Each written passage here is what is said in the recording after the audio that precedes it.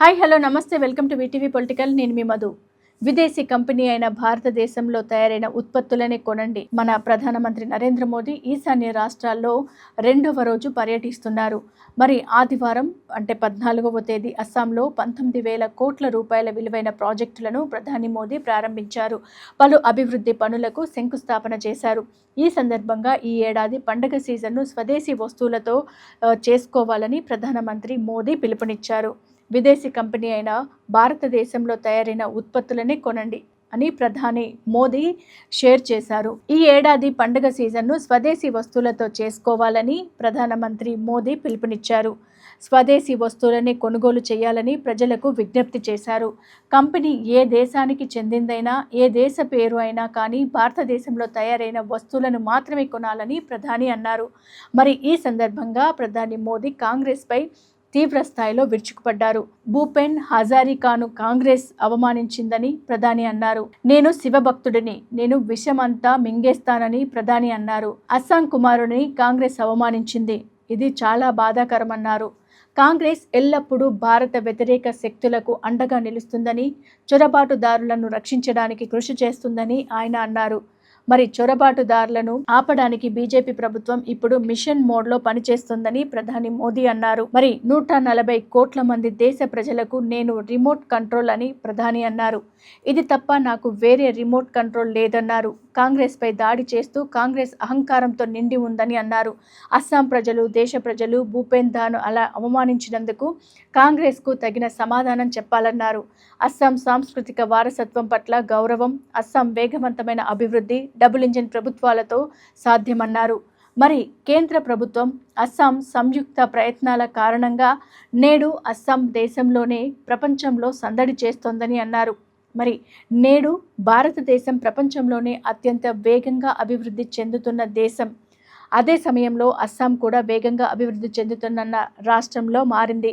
మరి అస్సాం చాలా వెనుకబడి ఉన్న కాలం ఉండేది, కానీ నేడు అస్సాం 13% వృద్ధి రేటులోకి ముందుకు సాగుతోందని ముఖ్యమంత్రి హిమంత ఆయన బృంద ప్రతి ఎన్నికల్లో కూడా భారీ మద్దతును పొందుతోంది. అస్సాంను భారతదేశ అభివృద్ధికి వృద్ధి ఇంజన్గా మార్చాలనే లక్ష్యంతో బీజేపీ ప్రభుత్వం పనిచేస్తోంది. ఈ వేదిక నుండి 6.5 వేల కోట్ల విలువైన అభివృద్ధి ప్రాజెక్టులు ప్రకటించనున్నట్లు ప్రధాని మోదీ తెలిపారు. మరి Darrang medical college, highway ring road కోసం ప్రధాని అందరికీ అభినందనలు తెలిపారు. అభివృద్ధి చెందిన భారతదేశాన్ని సృష్టించడం కోసం మొత్తం దేశం ఐక్యంగా ముందుకు సాగుతోందన్నారు. మన యువ స్నేహితులకు అభివృద్ధి చెందిన భారతదేశం ఒక కళా సంకల్పం కూడా. ఈ తీర్మానంలో మన ఈశాన్య ప్రాంతం కీలక పాత్ర పోషిస్తుందని, స్వతంత్రం తర్వాత పెద్ద నగరాలు, పెద్ద ఆర్థిక వ్యవస్థ పశ్చిమ, దక్షిణ భారతదేశంలో మాత్రమే అభివృద్ధి చెందింది. దీని కారణంగా తూర్పు భారతదేశంలోని పెద్ద జనాభా వెనుకబడిపోయింది. కానీ ఇప్పుడు బీజేపీ ప్రభుత్వం ఈ పరిస్థితులను మార్చేస్తోందన్నారు ప్రధాని మోదీ. మరి 21వ శతాబ్దంలో 25 సంవత్సరాలుగా గడిచిపోయాయని ప్రధానమంత్రి అన్నారు. ఇప్పుడు 21వ శతాబ్దంలోని తదుపరి భాగం ఈశాన్య ప్రాంతానికే చెందుతుంది. ఇప్పుడు ఈ ఈశాన్య ప్రాంత సమయం ఆసన్నమైంది. ఏ ప్రాంతమైనా వేగంగా అభివృద్ధి చెందాలంటే వేగవంతమైన కనెక్టివిటీ చాలా ముఖ్యం. అందుకే ప్రభుత్వం దీనిపై దృష్టి సారించింది. ఇది యువతకు కొత్త ఉపాధి అవకాశాలను సృష్టించింది. స్వాతంత్ర్యం వచ్చిన తర్వాత 6 దశాబ్దాలుగా ఢిల్లీలో కాంగ్రెస్ ప్రభుత్వం అధికారంలో ఉంది. కానీ కాంగ్రెస్ 60 నుండి 65 సంవత్సరాలలో బ్రహ్మపుత్రపై కేవలం 3 వంతెనలను మాత్రమే నిర్మించిందని, అప్పుడు మీరు మాకు అవకాశం ఇచ్చారు. మా ప్రభుత్వం ఒక దశాబ్దంలో 6 పెద్ద వంతెనలను నిర్మించింది. ఈరోజు కాదు, 25 నుండి 50 సంవత్సరాల అవసరాలకు అనుగుణంగా మేము దేశాన్ని సిద్ధం చేస్తున్నాము. ఎందుకంటే 2047లో స్వాతంత్రం వచ్చి 100 సంవత్సరాలు పూర్తయ్యే సమయానికి మనం అభివృద్ధి చెందిన దేశాన్ని సృష్టించాలని ప్రధాని మోదీ పిలుపునిచ్చారు.